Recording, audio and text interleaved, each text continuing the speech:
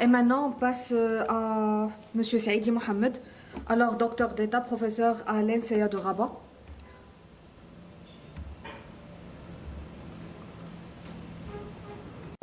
Va nous faire une conférence sur les new trends in engineering education. Alors à vous la parole, Monsieur ESSAIDI. Pour m'avoir invité donc à participer à cette excellente conférence qui traite un sujet d'actualité, notamment l'industrie 4.0 de ses différentes applications. Si vous permettez, moi je vais switcher à l'anglais. Et voilà, juste inviting me to take part in this great event. So as it was outlined, my talk will focus on the future of or new trends of engineering education. That's also expressed in other words like education 4.0 or smart education. Well, smart education is also part of smart cities. It's also considered as one of the verticals of smart cities. As you introduced me, I'm a professor at NCS, which is part of Amatis University in Rabat, Morocco. But at the same time, we have roles like the coordinator of IDC Morocco, Interactive Digital Center, which is a center related in some way to smart education because it's providing all kind of trainings related to immersive technologies like extended reality or metaverse, which we use now as a reference to that technology. I'm also involved within IEEE at different levels. For example, framework of education or engineering education, I am part of the Excellence Teaching Hub of the IEEE, which is hub that's trying to promote best practices in education, engineering education more specifically. But I think when we talk about engineering education, we can certainly extend all the best practices to other let's say sectors or areas of education. I'm also the chair of the Middle East and Africa of the Global City Alliance, which is a smart city related initiative, or the IEEE IoT initiative, which is part of Communication Society. Well, when we talk about future trends or emerging trends of education, there are several aspects that we will be covering in this talk, as indicated in the outline here, such as the drivers for the need for reinventing engineering education, the impact of the COVID-19. You know that the COVID-19 was really instrumental in accelerating the digital transformation of education and probably other sectors. We'll also focus on some new trends covering either technology or best practices in pedagogical approaches, the skill sets required for the 21st century.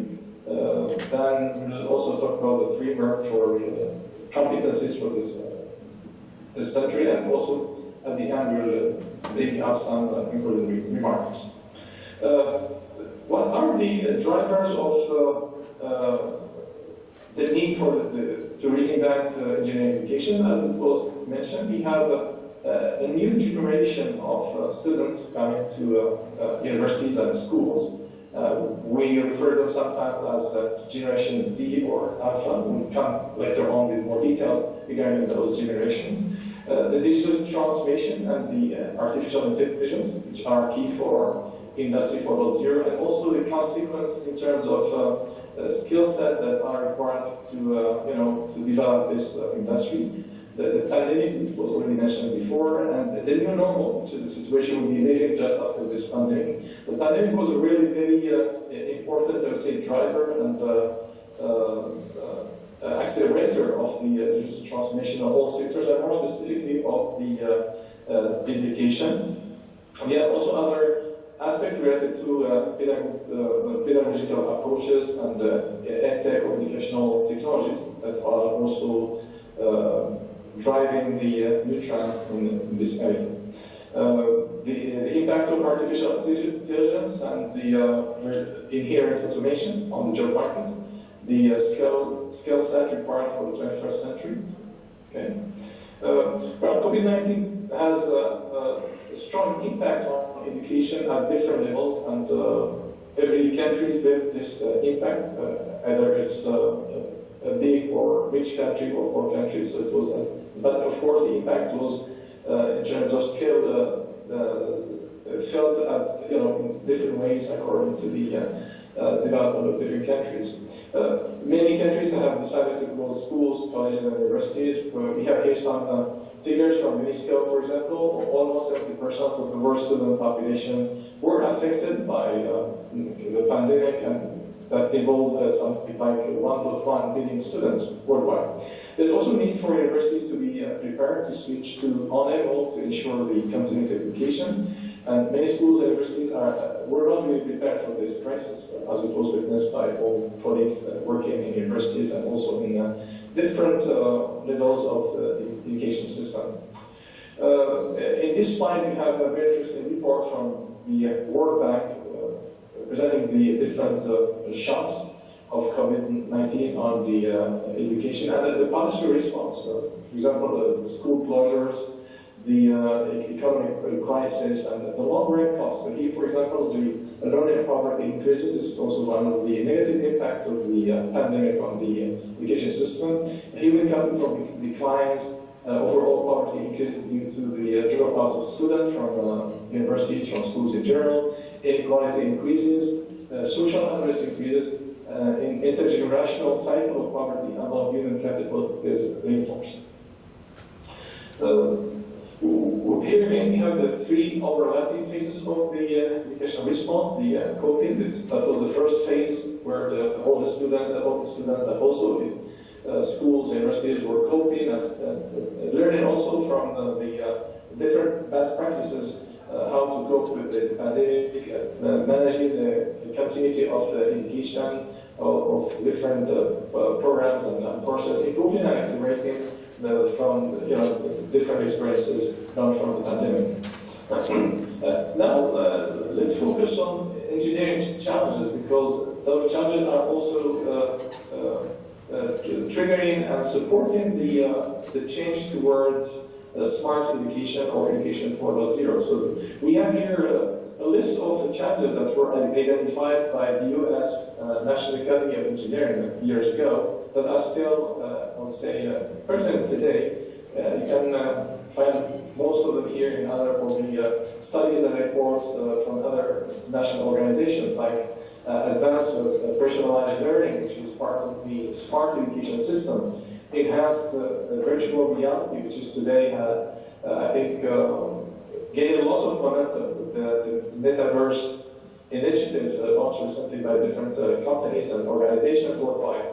Engineer better medicine for the healthcare based on different technologies, restore and improve urban infrastructure. We have here, a challenge which is in some way related to smart cities initiative worldwide. Provide access to clean water. You see that water is a big challenge, especially with the drought we're living today. And I think it's been always, I think, a big challenge.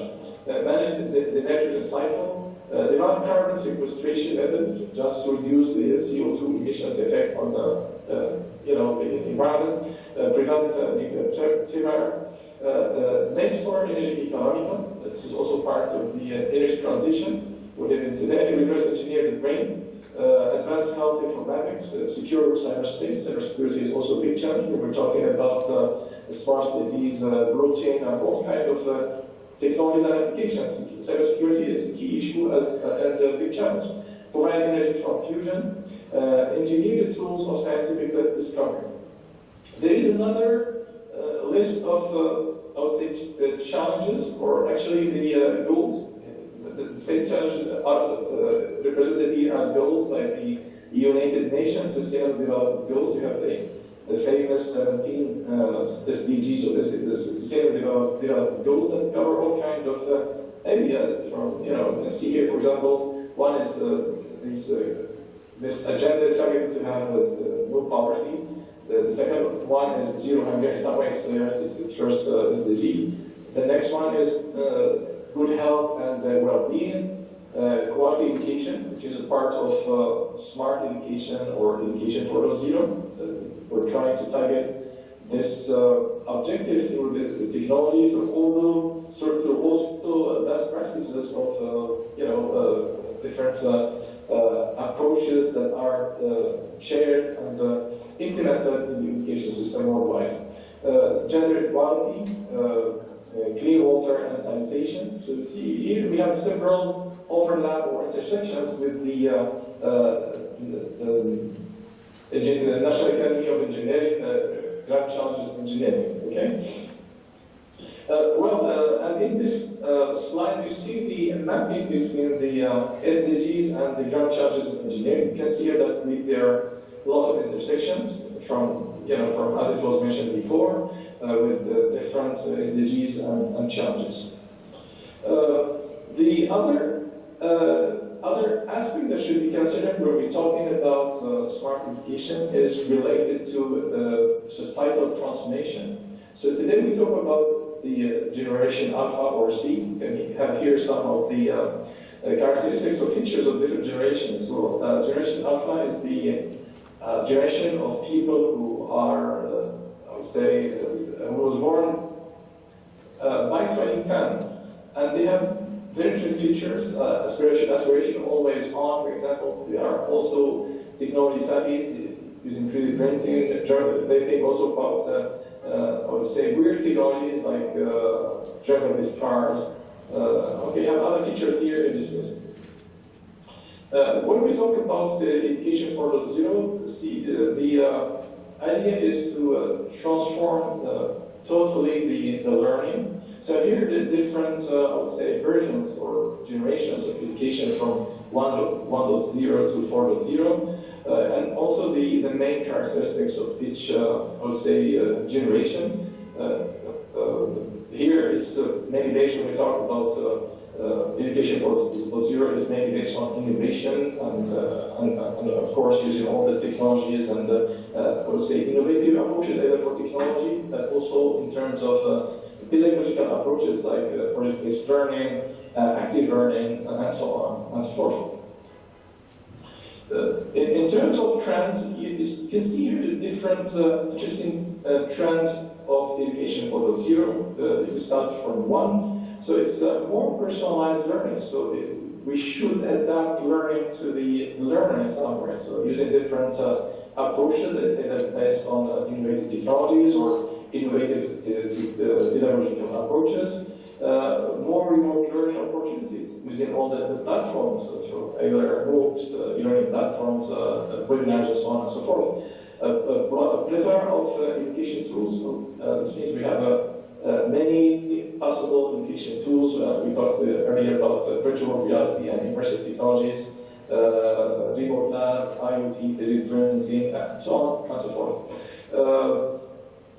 The other thing is the data at the fingertips. So, of course, data is very important to monitor the learning outcomes of the students. So, this is very important to highlight the role of data in the framework of the smart education system. Easy and accurate assessment, also, of course, because we're using the state-of-the-art technologies and all the say innovative tools that allow to achieve this objective. And project-based learning is also one of the very interesting pedagogical approaches, more specifically for engineering education.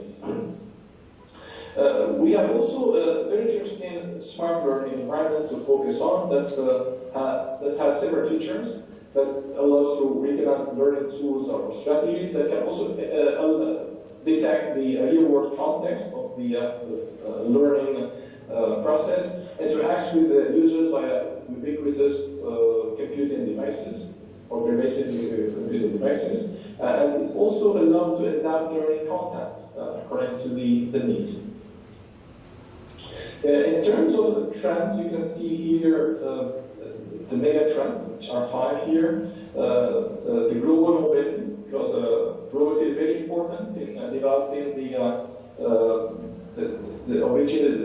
learning outcome. So it's very important to, you know that in engineering schools and universities, Mobility is also a very good KPI to assess the performance of our university, but this is also a means to develop the skills of our students, especially international skills, collaboration skill, and other soft skills. Competition is also another trend. Democratization of knowledge access, because we're using all kinds of technologies that facilitate access to learning platforms, like digital technology, which is also another big trend. And integration with industry, so collaboration with industry is also very important, especially when we're talking about Industry 4.0. Interaction with industry is important at the level of internships, involving industry, even in the training program themselves. When we talk about the fourth industrial revolution, this revolution, as it was explained during the different presentation today, has several features. So you can see here the digitalization and the integration of value chain, which is a very important feature. The digital business model and customer access, and digitalization of product and service offering. So maybe the Industry 4.0 is enabled by the digital transformation, all the technologies we have been discussing, I think, throughout the day, such as AI, IoT, blockchain, and so on and so forth. Sometimes also we talk about the fifth industrial revolution in some literature. So the fifth industrial revolution, in some way, is also described in the fourth industrial revolution, and they are also sometimes misused. So the fifth industrial revolution is mass customization and cyber-physical cognitive systems. So it involves AI and cyber-physical systems. At the other level, when we talk about society and also smart society, in some way, smart society is described by the Society 5.0. This is a concept that was introduced by a Japanese guy some few years ago. And what's also interesting is the mapping we have here between Society 5.0 and SDGs. So in some way, Society 5.0 is a means to reach all the sustainable development goals that were identified by the United Nations in its UN 2030 agenda. And you can see here that for every SDG we have some kind of technological applications. Like if we take, for example, education, you have different technologies that are suited for quality education, which is the SDG number 4. But we have also some mapping between the Society 5.0 and those specific SDGs. So the different technologies, as you can see here, digital technologies like AI, IoT, robots, drones, and so on and so forth.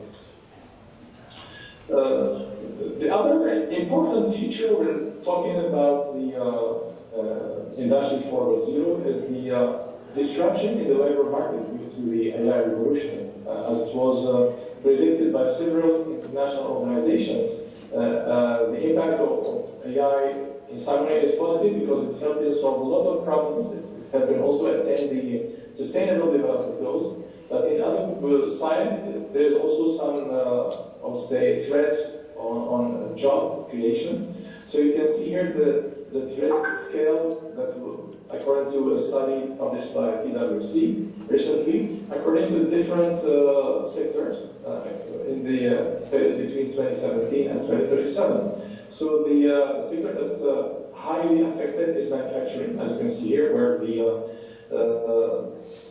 labor market reduction is more than 25% here. You can see here also other sectors which are affected also by this this huge automation brought in by AI. So there are a big number of jobs are at risk of automation, and you can see here the change suffered in different countries according to very recent study by the OECD organization, so the International Organization of Human Rights. So you can see here the country will be mostly affected Slovakia. Turkey is also one of them. Okay. Well, the other issue when we're talking about education 4.0 or smart education is the skill that are required to develop this industry 4.0. What kind of skills are needed? So there's different studies that have been investigating this question, and we have here one of them that was published recently by the World Economic Forum. And you can see here the top skill here is the cognitive abilities, system skills, then followed by system skills, complex problem solving, content skills, process skills, social skills, and so on and so forth. There are different studies that have investigated this topic. There are also new jobs that are emerging in the framework of the Industry 4.0. You can see here some of them, some examples, like the robotics engineers. You have also a description of this occupation, which is based on research, design, development, or test robotic applications. Set of skills required, such as critical thinking, complex problem solving, quality control analysis. Example of knowledge involved: engineering and technology, robotics, design. You have also some examples of attitude and values of students, like exploration, precision, observation, and other occupations like biostatistician and fuel cell engineers, solar cells representatives, and assessors, video game designers with different innovation with this. So the bottom line is that social and emotional skills are increasingly recognized as essential in the framework of this increasing digital transformation and the framework of Industry 4.0.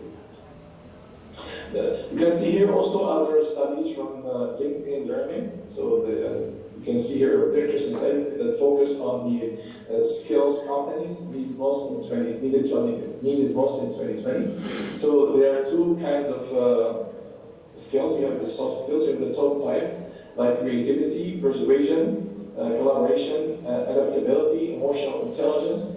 But also the hard or technical skills. We have the 10 top of the top 10 hard skills, like blockchain. We have talked about blockchain before. Cloud computing. This one we have it's a very interesting presentation on edge computing by Professor ESSAIDI.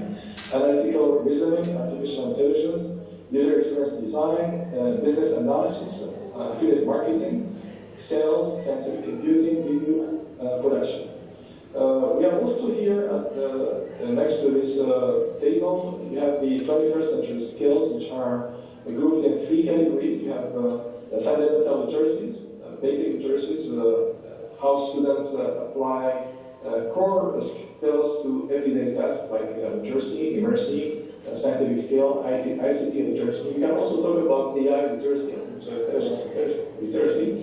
You have then competencies, how students approach complex challenges like critical thinking, problem solving, creativity, communication, and collaboration. Then you have the character quality. We describe how students approach their changing environment, like curiosity, initiative, persistence and grit, adaptability, leadership, social and cultural awareness. So you see most of the soft skills at the bottom.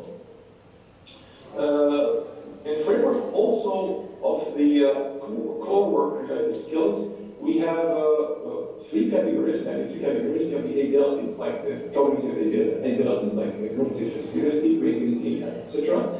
We have also the physical abilities, like physical strength and dexterity and precision. We have also basic skills, like content skills, such as active learning or expression, reading, comprehension, and so on and so forth. We have process skills, like active listening, critical thinking, etc. Then you have the cross-functional skills, which contains 5 categories, like social skills, coordinating with others, emotional intelligence, negotiation, persuasion, etc. Then you have the resource management skills, management of financial resources. So there are mainly management skills. System skills, like judgment and decision making, system analysis. Then you have the complex problem-solving skills, like complex programming skills, also technical skills, equipment maintenance and repair, equipment operation, and programming, and connect to this many other technical skills, okay? Well, here in this slide, we compare the traditional concepts versus new trends of engineering education.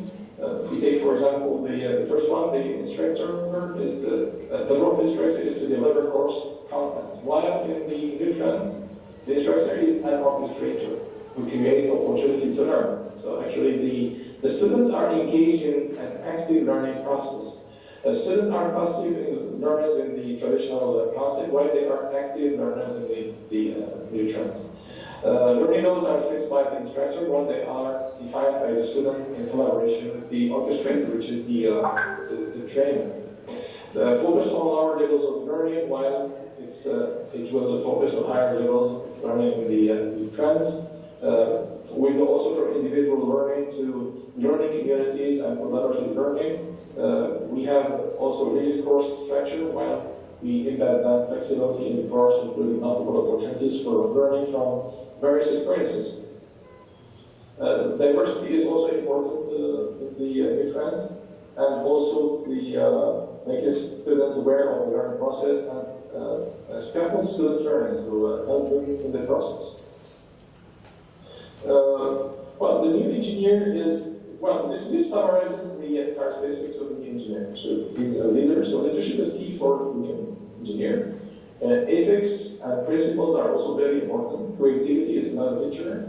Learning in human-centric approach, because the engineer will design any solution, either system or application. Human centricity is very important because we should meet all the needs expressed by the human or the end user. Focus on innovation as discovery, interdisciplinarity. We say that innovation is always at the boundaries between different disciplines and areas. Dynamism is also another important feature. Contributor to the economy. Of course, we need an entrepreneurial engineer that creates startups that create value or economic value. A contributor to the global community. So, we know that the economy is globalized in some way, so there is a way to contribute also to the global community through this. So there are three pillars for the new engineering. In short, interdisciplinary research, engineering innovation, and engineering leadership. When we talk about the digital transformation of higher education or of education in short, there are several benefits or several drivers which are summarized here. The first one is enhanced competitiveness of the higher education or the education institution. The second one is cost control, because of course when we involve digital technologies, we certainly cut costs, because you can imagine this same meeting organized as in person, as from an événement présentiel, the cost will be much higher, because we need to cover expenses of people who bring speakers, cover also other expenses. So this is just a simple example for this. Better user experience, of course, because the user, either a student or pupil or even staff member, would improve also its user experience, because through the different digital platform, we have a better user experience. And the last one, which is the very important also one, greater agility and adaptability, because you're using digital platform which allows to have more flexibility, more agility. And the digital transformation of learning is also bringing a lot of benefits. So the modern digital learner is digital first. It's the person that's strongly using digital tools. It informal. It can use all kind of learning tools, means, and applications. Some directed based on the active learning process. It's also social. It interacts with other peers, with other students, with other members of the community.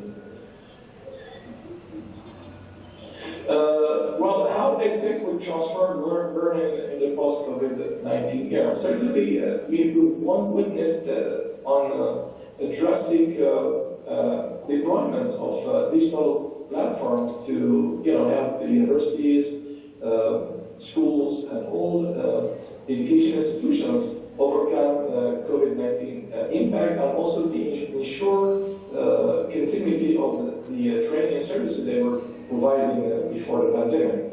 But certainly the effect or impact of this pandemic, this digital transformation in some way of the educational system will continue in the new normal or after the pandemic. Certainly this pandemic was also an amazing accelerator of the digital transformation of education, as it was the case for other sectors.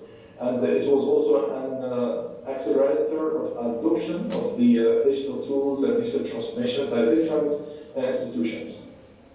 So you can see here, for example, the skills targeted by EdTech innovations, with different scales or percentage. The first one at the top, you have literacy.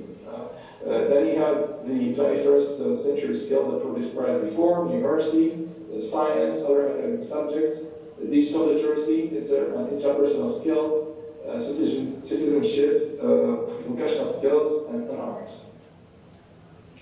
There are also different edtechs or technologies that are helping in this process. You have here the 6 top digital transformation trends in education. The first one I can mention here is augmented reality, virtual reality, mixed reality, but probably other technologies based on virtual reality and immersive technologies. Then you have a classroom set of devices, using all kinds of devices as pedagogical tools. Gamification as one of the pedagogic approaches that's also helping in the process. Personalized learning, artificial intelligence, redesigned learning spaces. The last, also the most recent technology, it's not really very recent, but probably it's the rebranding of the technology. When we talk about the metaverse, in some way it's just virtual reality, or augmented reality, or extended reality.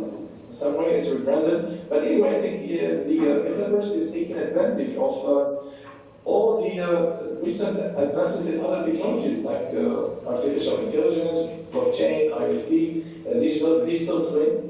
We have probably heard it several times this morning, digital twin as a potential application for Industry 4.0. So Metaverse is also a wonderful tool that has amazing applications in all kinds of sectors, not only in education, even in Industry 4.0. But here, more specifically, I have brought up some examples in the field of education, and really the impact is just amazing. You can imagine the way students can learn through the metaverse all kinds of subjects, under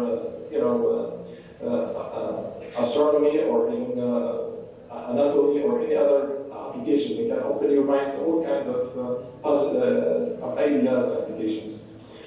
So what are the key aspects of 21st century engineering curriculum? So as it was brought here by this reference from DEF in 2020, we have those main aspects. So the bigger sphere contains critical thinking.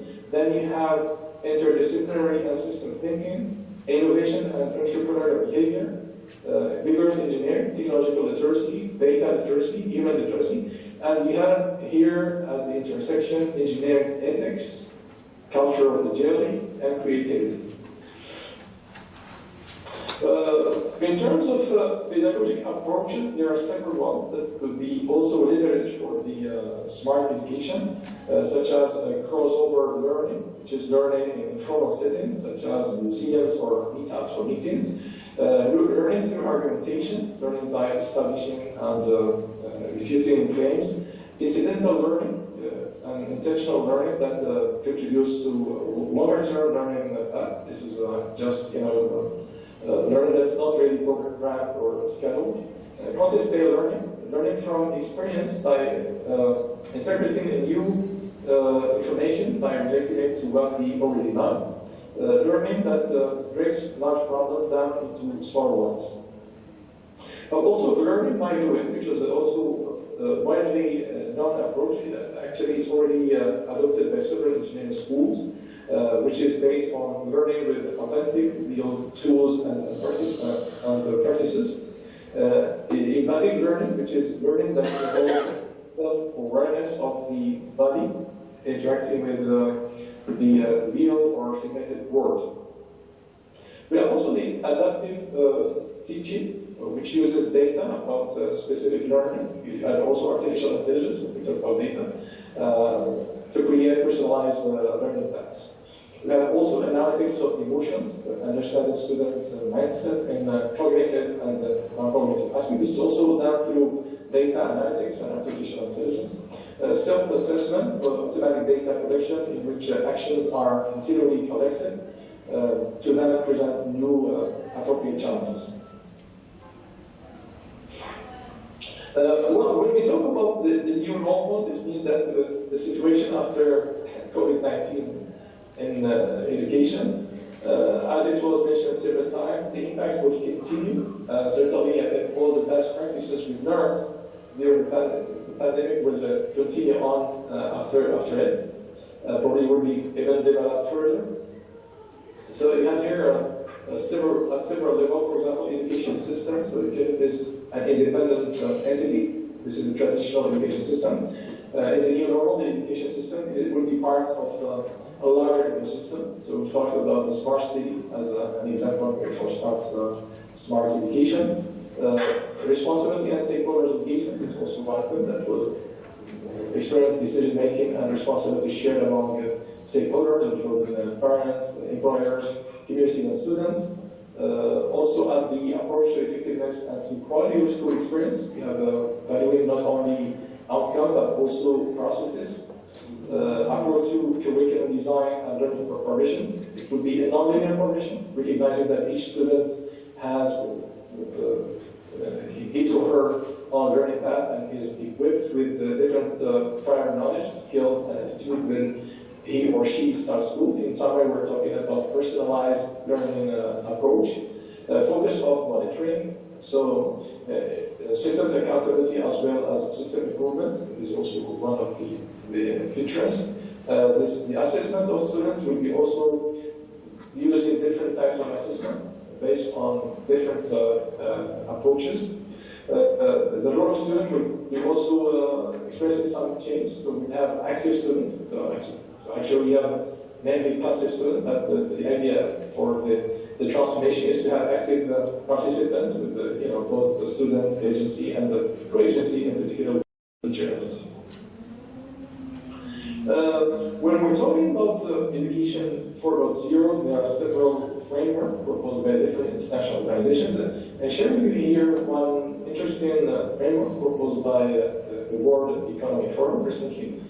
So you can see here in this first section at your left, the content, how it is built in, how we can build content. So you have and for skills adaptation mainly, so you have global citizenship skills that target to include the focuses on building awareness about where the world sustainability can play an active role in the global community.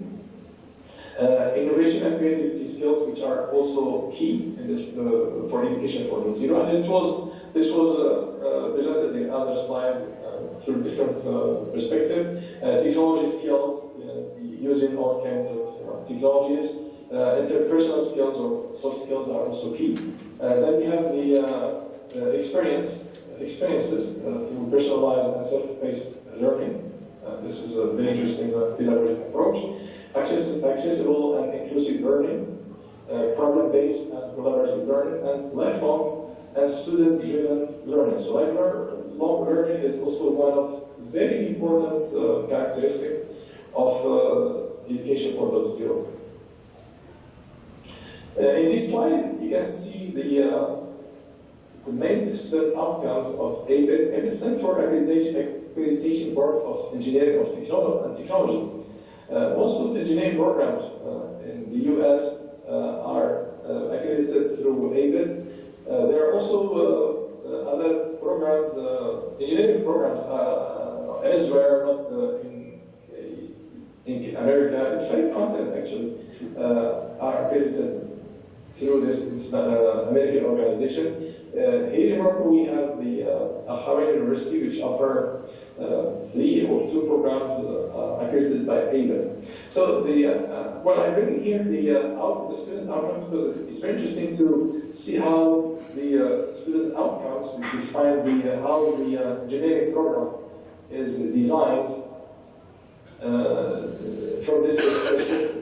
And because most of the outcomes we have here from 1 to 7 describe in some way the different characteristics we've been explaining in this presentation from the beginning. So the first one is the ability to identify, formulate, and solve complex engineering problems by applying principles of engineering, science, and mathematics. So this is a technical outcome, well, this outcome focuses mainly on technical skills.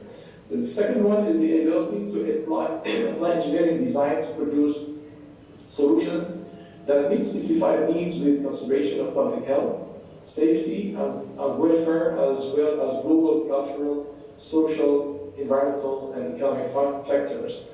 This is also a very interesting outcome because it covers all kinds of considerations like health, safety, welfare, global, cultural, social, environmental, and economic. So, the third is the ability to communicate effectively with a range of audiences. Communication skills are also key and very important for engineers, especially when we talk about leadership skills. Communication is a very important component. And the ability to recognize ethical and professional responsibilities in engineering situations and make informed judgments, which must consider the impact of engineering solutions in global, economic, environmental, and societal context.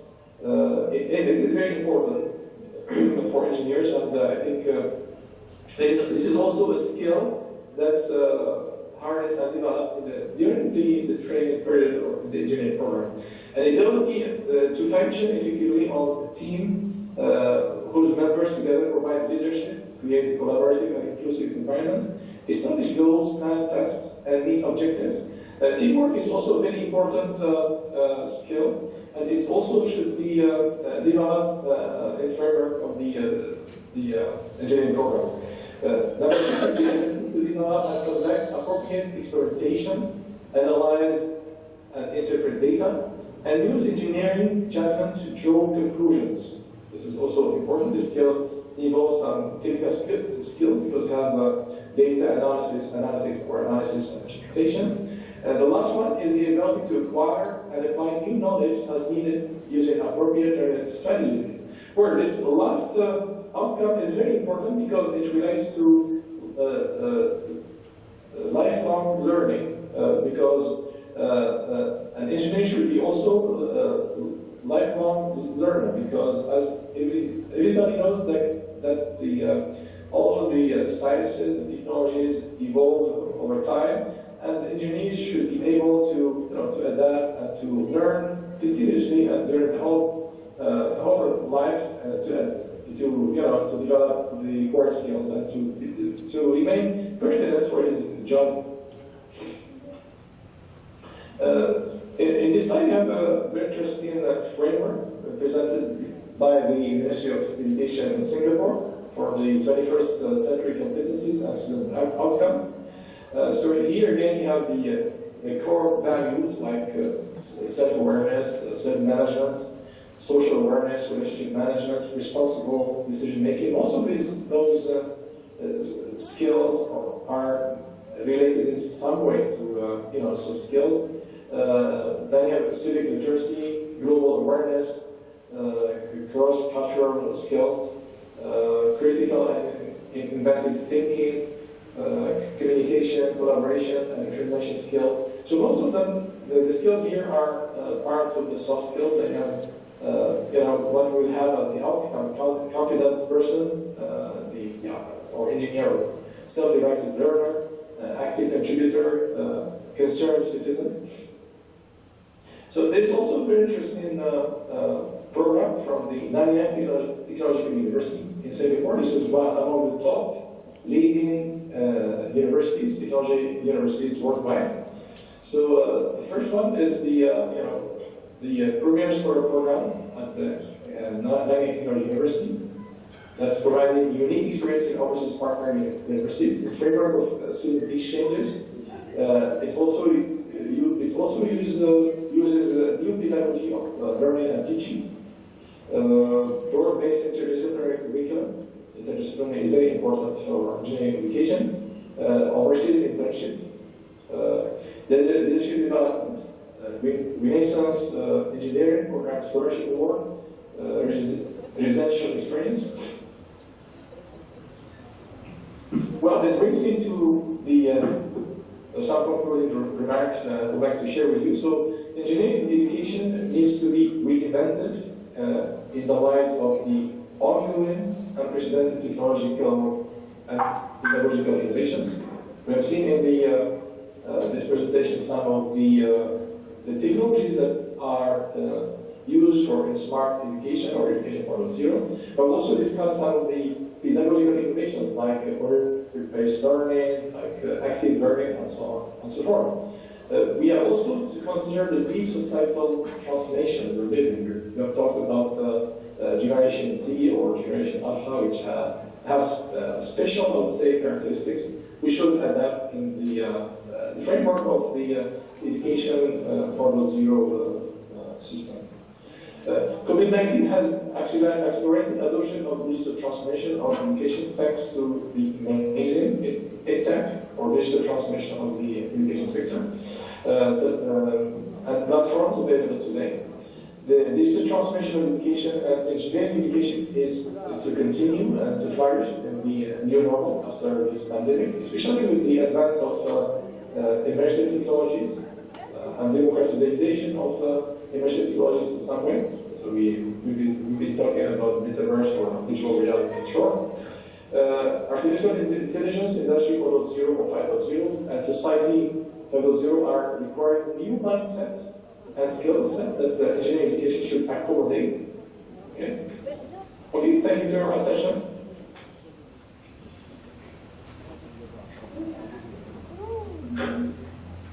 Presentation, and if you have more time with us, so we can take some questions directly.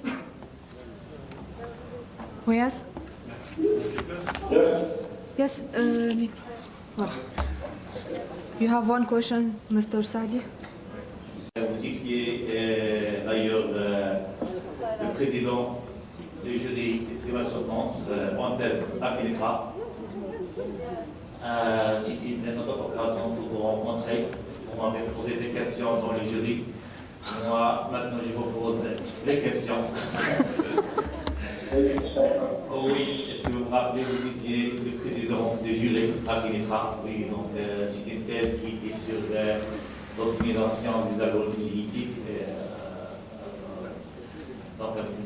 Abouchevka, à Kénétra, c'est pas fondamental. Alors, je suis ravi de vous voir cette fois. Bon, maintenant, passons à une question qui rentre dans la politique numérique. Comme vous savez que Covid-19, donc 19, donc a posé, donc on peut le dire, nous a donné beaucoup des choses et des efforts pour travailler assis sur l'enseignement à distance, sur beaucoup de choses, c'est-à-dire qui nécessitent l'utilisation de Big Data et l'intelligence artificielle en domaine de l'éducation. Donc, ma question donc, touche un peu c'est-à-dire la politique numérique. Est-ce que vraiment c'est l'enseignement à distance, donc plus ou moins, il peut remplacer, c'est-à-dire l'enseignement en présentiel, surtout pour les ingénieurs. Surtout pour les ingénieurs, car les ingénieurs demandent beaucoup de pratique. Il faut qu'ils soient opérationnels au métier. Il faut qu'il y ait beaucoup de choses. Alors parfois, je vois que l'enseignement à distance reste, oui, impose un peu de lacune. Est-ce que vous pouvez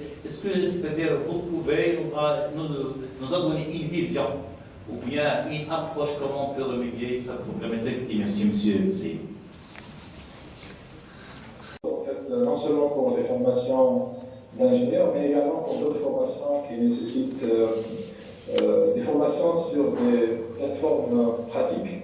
Même pour les médecins, c'est le cas aussi. Donc, ce que je peux dire, c'est que effectivement, donc, la formation d'ingénieur a sa spécificité. Donc, certainement, il y a des parties qu'on peut assurer à distance sur des plateformes, les différentes plateformes qui sont déjà utilisées. Mais il y a d'autres parties, certainement, qui nécessitent d'autres technologies. Même si on veut peut-être les transformer selon le mode digital numérique, il faut donc utiliser la technologie adéquate. Bien sûr, la technologie utilisée par peut-être la majorité des institutions de formation dans le cadre, c'est une technologie qui est adaptée en quelque sorte pour des formations sur du contenu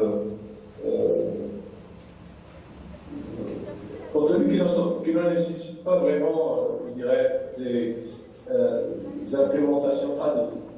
C'est-à-dire, est-ce que je peux, pour formuler mieux peut-être cette idée, est-ce qu'on peut assurer une formation sur des travaux pratiques, par exemple, dans des plateformes numériques, telles que Google Meet Orange, mais ou même sur des plateformes de formation e-learning.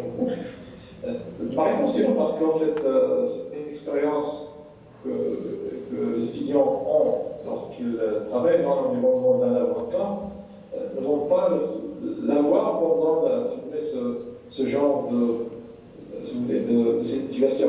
Par contre, il y a d'autres technologies qui sont plus adaptées pour rapprocher un petit peu l'idée ou la situation, si vous voulez, la situation réelle qu'on peut rencontrer dans le laboratoire. Donc, j'ai présenté dans le cadre de cette conférence donc, la technologie métaverse ou les technologies immersives de façon générale, donc, qui sont basées sur la réalité virtuelle, la réalité augmentée. Parfois, on parle aussi de réalité étendue. Donc ces technologies sont les mieux placées pour accompagner justement les enseignements virtuels, surtout en ce qui concerne les travaux pratiques, les activités pratiques. Même le secteur industriel utilise aujourd'hui la réalité virtuelle dans plusieurs formations, surtout de la formation des ingénieurs, les formations continues des ingénieurs et des techniciens. Donc, nous avons des exemples concrets même ici au Maroc. Nous avons l'OCP qui est une unité de formation qui utilise la réalité virtuelle pour son personnel. Et ça fait partie également de l'industrie 4.0, donc l'industrie 4.0 utilise plusieurs technologies, notamment des technologies immersives. Et nous avons également les digital twins, donc lorsqu'on a une entité construite qui représente un objet physique, par exemple un moteur d'avion,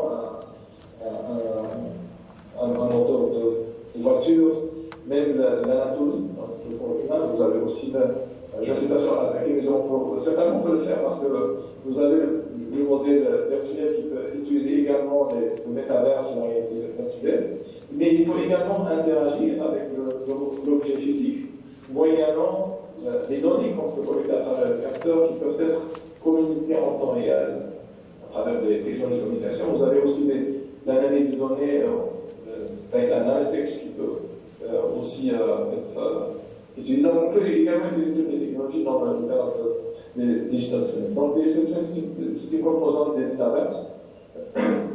Donc, on peut également être utilisé dans le cadre des activités d'enseignement dans le cadre de Smart Education, Smart Education 4.0. D'accord. Certainement, donc, les universités doivent faire un effort. Donc, ici, je suis aussi impliqué dans un projet de pardon, il y a donc le sigle de IDC Morocco, donc c'est le centre de formation en réalité virtuelle qui est ouvert à toutes les universités marocaines, qui a comme vocation de former les enseignants, chercheurs, mais également les étudiants sur les technologies de développement d'applications externes, dans le cadre, comme j'avais dit tout à l'heure, du métaverse. Donc on peut également envisager ici au Maroc la possibilité d'intégrer des technologies immersives comme outil pédagogique pour accompagner donc, la transformation digitale du secteur de l'éducation, mais également pour aider les universités et les écoles d'ingénieurs à intégrer ce mouvement mondial pour bénéficier également des atouts offerts par cette technologie. Merci professeur. Alors oui, vous avez raison, pourquoi pas la digitalisation au sein des industries. Alors on a, au sein des universités, alors on a une autre question.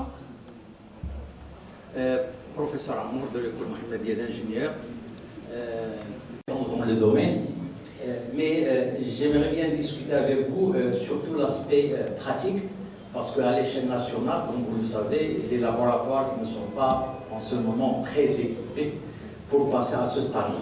Ouais. Déjà, le problème technique, ça c'est un fléau dans toutes les universités à l'échelle nationale et même les écoles d'ingénieurs, d'un côté. De l'autre côté, c'est aussi, comme vous le dites, il faut d'abord former les enseignants. Parce que pour enseigner ce genre c'est-à-dire de formation, ça demande des connaissances et une motivation aussi. Ça, c'est important. De l'autre volet, parce que l'équation, il y a deux paramètres, c'est aussi l'étudiant. Et comme vous le constatez aujourd'hui, nos étudiants ils ne sont pas très motivés pour suivre des cours à distance. Mon expérience personnelle, quand j'ai donné plein de cours au cours de cette période de Covid, les gens ils se présentent devant leur PC lorsqu'on fait un peu un examen écrit. L'appel, quels sont les gens qui sont présents et absents, et là ils se présentent régulièrement devant leur PC. Donc, au fait, les résultats, à la fin de l'année, on a constaté que le taux d'échec, il est important. Et donc, on était obligé de passer des gens avec indulgence, avec rachetage, etc. Donc, je pense que l'état actuel, à la limite, on peut utiliser le mode hybride.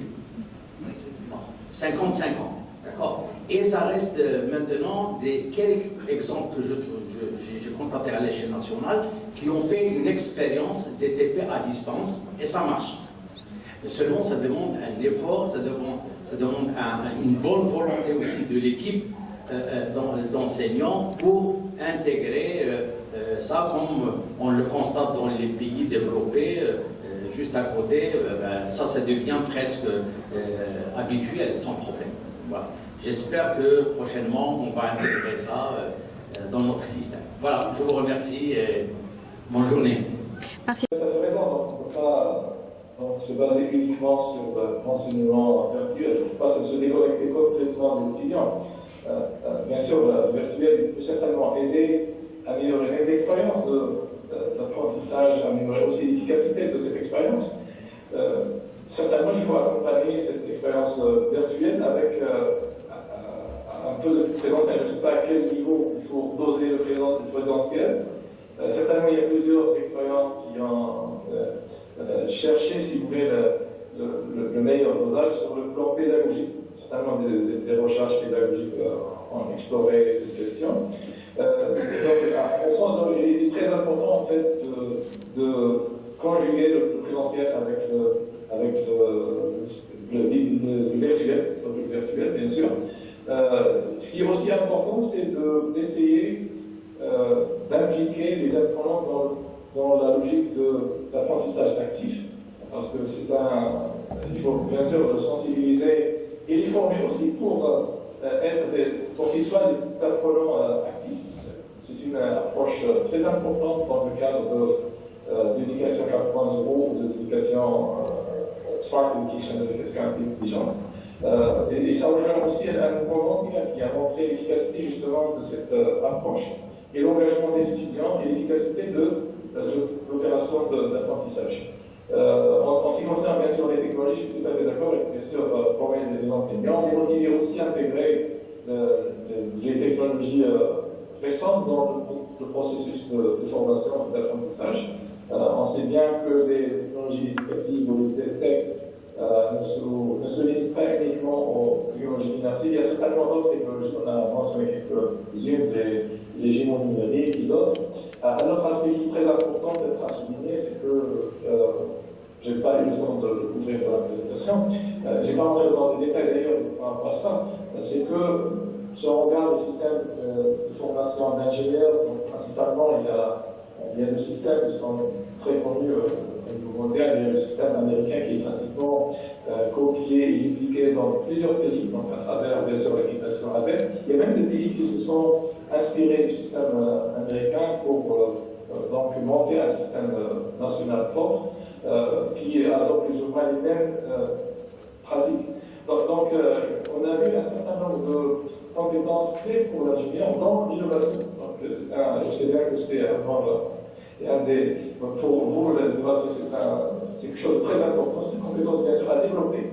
Et je crois qu'un grand défi pour nous ici au Maroc, c'est que les élèves ingénieurs, ou bien les écoles de formation des ingénieurs ont des programmes qui sont extrêmement chargés, ils sont très passifs, c'est-à-dire qu'ils adoptent l'approche passive, c'est-à-dire que les étudiants doivent assister au moins à 35 heures de cours TD, etc. par semaine, alors que si on regarde ce qui se passe dans d'autres modèles, ils ont maximum 15 heures par semaine, mais les étudiants sont toujours au laboratoire, ils développent des choses. Donc vous regardez les meilleures innovations, sortent des universités telles que MIT ou Stockholm, mais là vous avez des étudiants qui ont pratiquement une douzaine d'heures par semaine, et la plupart du temps ils travaillent sur des projets. Donc il y a l'approche par projet brainstorming, l'apprentissage par projet qui est extrêmement importante pour développer l'innovation, pour développer aussi le leadership chez les étudiants. Et ça fait également partie de l'éducation 4.0.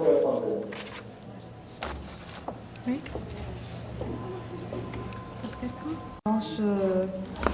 Pour le moment, il n'y a pas de questions, donc on vous remercie pour la présentation, on vous remercie pour le temps alloué, pour la collaboration.